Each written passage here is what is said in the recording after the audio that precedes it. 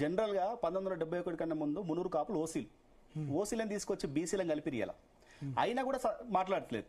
ఇలా బీసీలలో ఎక్కువ చైతన్యమైన కులం, ఆర్థికంగా ఎదిగిన కులం, రాజకీయ చైతన్యమైన కులం, సమాజంలో కూడా విలువన్న కులం. వాళ్ళని ఎందుకు బీసీలలో ఇంకా కన్సల్ట్ చేస్తారు? నువ్వు రిజర్వేషన్ ఇచ్చేటప్పుడే ఇంద్రసాని కేసును స్పష్టంగా చెప్పడం జరిగింది. ఎవరైతే ఆర్థికంగా అసమానతకు గురవుతారో వాళ్ళకి మాత్రమే రిజర్వేషన్ అన్నారు. నువ్వు 71 కన్నా ముందు ఓసీలను తీసుకొచ్చి నీ దాంట్లో జనాభా కలుపుకొని నీ రిజర్వేషన్ వాళ్ళు వంతుంటే వాళ్ళని వదిలిపెట్టి మమ్మల్ని ఏ జనాభాలే మీకు అదే స్పష్టంగా చెప్తున్నా. కాపులు మన ఇక్కడ రవీంద్ర రెడ్డి గారు స్పష్టంగా చెప్పారు ఎంతమంది కాపులు ఉంటారు, వాళ్ళు ఎవరెవరు ఉంటారని. ఇలా రెడ్లు లేని ప్లేస్లలో అంతా కూడా మునూరు కాపులే పోలీస్ పటేల్ వ్యవస్థ చేసిరు, లేదు ఊరికి పెద్ద చేసిరు, వాళ్ళకే భూములు ఉన్నాయి, అన్ని ఉన్నాయి. వాళ్ళు కూడా మాతో సమానమే. కానీ ఇలా వాళ్ళు బీసీల ఎంపీలు ఇద్దరు వాళ్ళే, ఎమ్మెల్యేలు వాళ్ళే, బీజేపీ ప్రెసిడెంట్ వాళ్ళే, కాంగ్రెస్ ప్రెసిడెంట్లు వాళ్ళే. ఆ బీసీ క్లాస్